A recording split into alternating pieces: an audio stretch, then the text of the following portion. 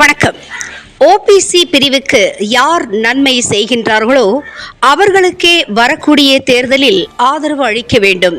OBC பிரிவு சார்பில் விருது வழங்கும் விழாவில் நயினார் நாகேந்திரன் பேச்சு.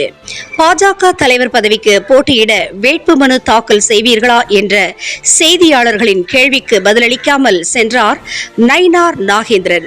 சென்னை கிண்டியில் உள்ள ராயல் லி மெரிடியன் ஓட்டலில் ஓபிசி அணி சார்பில் தமிழ்நாட்டில் ஓபிசி பிரிவில் சிறந்து விளங்கும் ஆளுமைகளை தேர்ந்தெடுத்து விருதுகள் வழங்கும் விழா இன்று மாலை நடைபெற்றது. விழாவிற்கு ஓபிசி அணி ஒருங்கிணைப்பாளர் டாக்டர் ராஜ்குமார் தலைமை தாங்கினார். இதில் சிறப்பு விருந்தினராக பாஜக ஓபிசி அணியின் தேசிய தலைவர் லட்சுமணன் எம்பி மற்றும் பாஜக சட்டமன்ற உறுப்பினர் நயினார் நாகேந்திரன் ஆகியோர் கலந்து கொண்டார்கள். அப்பொழுது விழாவில் பேசிய நயினார் நாகேந்திரன் கூறும்பொழுது, ஓபிசி ஆணையம் 1953ஆம் ஆண்டு ஏற்பட்டு காங்கிரஸ் அரசால் நிராகரிக்கப்பட்டது. பின்னர் பிரதமர் நரேந்திர மோடியால் தான் ஓபிசி ஆணையத்தை புத்துயிர் பெற்று சிறப்பாக செயல்பட்டு வருகிறது. கச்சத்தீவை கொடுத்தது யார் என்று தமிழக மக்களுக்கு நன்றாக தெரியும். ஆனால் யார் இலங்கைக்கு தாரை வார்த்தனர் என்பதை சொல்ல மறந்து தற்பொழுது மீட்க வேண்டுமென குரல் கொடுத்து வருகின்றார்கள். தற்பொழுது கச்சத்தீவை மீட்க வேண்டும் என்ற தீர்மானத்தில் கூட மீனவர்கள் நலனை கருத்தில் கொண்டு பாஜக உள்ளிட்ட அனைத்து கட்சிகளும் ஆதரவு அளித்தது. ஓபிசி பிரிவினர் ஒற்றுமையாக செயல்பட வேண்டும். வரக்கூடிய அரசு எந்த அரசாக இருந்தாலும் ஓபிசி மக்களுக்கு யார் உதவி செய்கின்றார்களோ, ஓபிசி மக்களை யாரெல்லாம் ஆதரிக்கிறார்களோ அவர்களுக்கு வரக்கூடிய தேர்தலில் நம் ஆதரவை தெரிவிக்க வேண்டும் என அவர் பேசினார். அதனைத் தொடர்ந்து சிறந்த ஆளுமைக்கான ஓபிசி விருதுகள் வழங்கப்பட்டது. இதில் முன்னாள் தலைமைச் செயலாளர் ராம் மோகன் ராவ், சினிமா தயாரிப்பாளர் கலைப்புலி தானு, திருச்செங்கோடு சட்டமன்ற உறுப்பினர் ஈஸ்வரன் உள்ளிட்ட 32 பேருக்கு சிறப்பு விருந்தினர்கள் பாஜக ஓபிசி அணியின் தேசிய தலைவர் லட்சுமணன் எம்பி மற்றும் பாஜக சட்டமன்ற உறுப்பினர் நயினார் நாகேந்திரன் ஆகியோர் விருதுகள் வழங்கி கௌரவித்தார். விருது விழாவிற்கு பின்னர் வெளியே வந்த நயினார் நாகேந்திரனிடம் புதிய தலைவருக்கு வேட்புமனு தாக்கல் செய்வீர்களா என்று செய்தியாளர்கள் கேள்வியை எழுப்பிய பொழுது செய்தியாளர்களை சந்திக்காமல் சென்றார் என்பது குறிப்பிடத்தக்கது. இந்த இனிமையான மாலை வேளையில் அருமையான ஏற்பாட்டை செய்திருந்த பேரன்பிற்கும் பெரும் மரியாதைக்குரிய இளைஞர், நல்ல பாடகர், நல்ல டாக்டர், ஒரு நல்ல ஆர்கனைசர், 2000 வீடியோகளுக்கு மேலாக பதிவுகளை போட்டு எழுதியும் இந்த சமூக மக்களை எந்தவித அரசியல் அமைப்புடைய பின்பலம் ஒரு பக்கம் இருந்தாலும் எல்லாவற்றையும் ஒருங்கிணைத்து இந்த கூட்டத்தை சிறப்பான முறையில் ஏற்பாடு செய்து பாரதிய ஜனதா கட்சியினுடைய பார்லிமெண்ட் போர்டு மெம்பர், ராஜ்யசபா உறுப்பினர், ஓபிசியினுடைய தலைவர், மதிப்பிற்கு மரியாதைக்குரிய லட்சுமணன் ஜி அவர்களை ஏற்பாடு செய்து இந்த அரங்கத்தில் இவ்வளவு பெரிய ஏற்பாட்டை செய்திருக்கிறார் சொன்னால் நான் கூட சற்று அவர் சொல்லும் போது எதிர்ப்பு டாக்டர் சொல்றாரே அப்படின்னு தான் நான் நினைக்கிறேன். ஆனால் இங்கு வந்து பார்க்கின்ற பொழுது எனக்கே ஒரு மலைப்பாகத்தான் இருக்கிறது. இங்கே பார்த்தா கொங்கு நாட்டினுடைய மன்னர் ஈஸ்வரன் வந்திருக்கிறார்.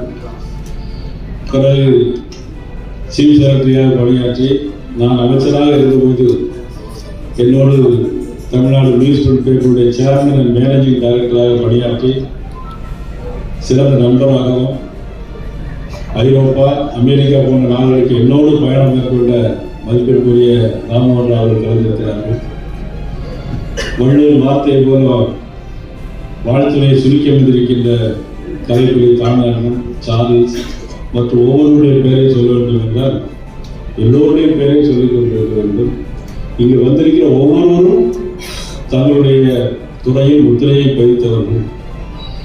ஆனாலும் இன்னும் என்ன முத்திரை நமது இனத்திற்காக வேண்டும் என்பதற்காக இந்த கூட்டத்தில் கட்சிகள் மாறுபட்டு, இனங்கள் மாறுபட்டு ஒரு மனதாக இந்த நிகழ்ச்சியில் வந்து கலந்திருக்கின்ற முரளி யாதவ் உள்ளிட்டவர்கள் அனைவருக்கும், பத்திரிகை நண்பர்கள் அனைவருக்கும் எனது பணிபுரிந்த வணக்கத்தை நான் தெரிவித்துக் கொள்ள கடமைப்பட்டிருக்கிறேன். மதிப்புக்குரிய திரு ராமமோகன் அவர்கள் தெளிவாக எல்லா விஷயங்களும் பேசினார். அரசாங்கத்திலிருந்து பணியாற்றி அனைத்து விஷயங்களையும் தெரிந்து கொண்டு இங்கே சொன்னார்கள். நமது ஓபிசி மோர்ச்சா என்பது இந்த மிகவும் பிற்படுத்தப்பட்ட ஆணையம் 1953ஆம் ஆண்டு ஏற்படுத்தப்பட்டு 1961ஆம் ஆண்டு மறைந்த பாரத பிரதமர் நேரு அவர்களால் நிராகரிக்கப்பட்டது. காங்கிரஸ் அரசாங்கம் அதை நிராகரித்தது.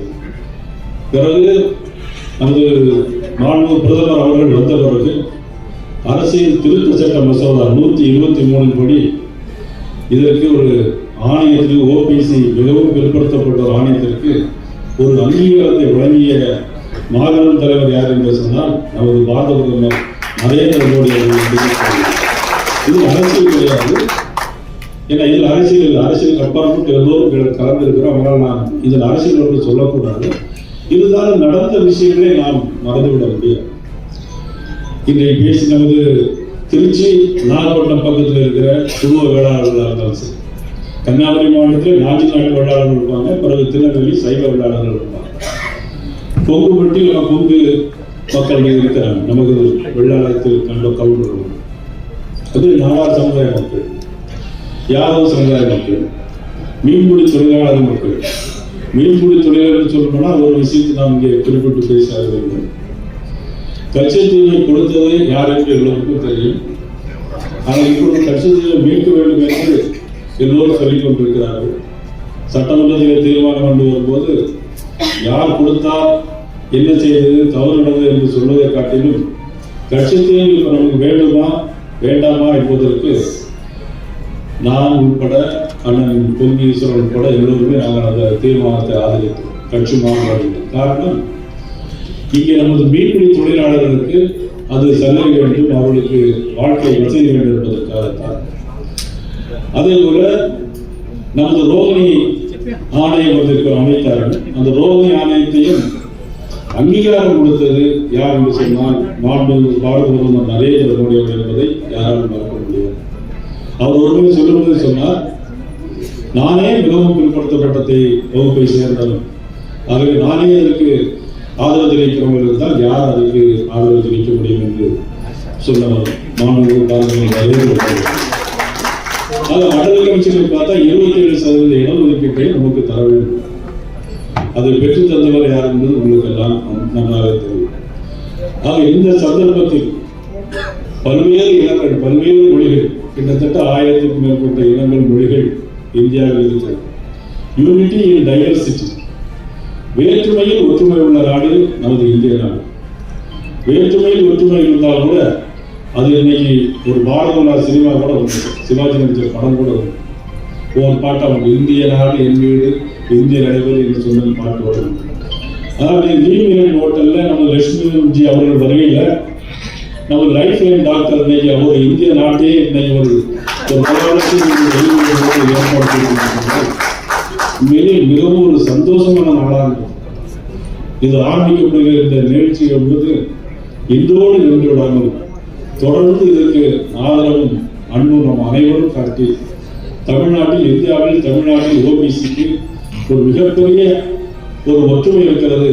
ஆகவே வரக்கூடிய அரசு எந்த அரசாக இருந்தார், வரக்கூடிய அரசு எந்த அரசாக இருந்தார், அரசு என்பது முக்கியம். இது நாம் ஓபிசி என்ற இனம் மட்டும்தான் முக்கியம்.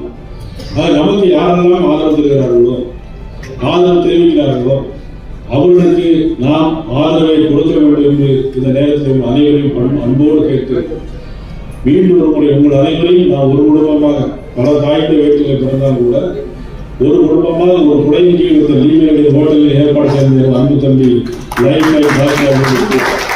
மனமார்ந்த வாழ்க்கைகளை பாராட்டுகளை தெரிவித்து இன்னொரு சந்தர்ப்பத்தில் நாம் சந்திப்போம். நன்றி.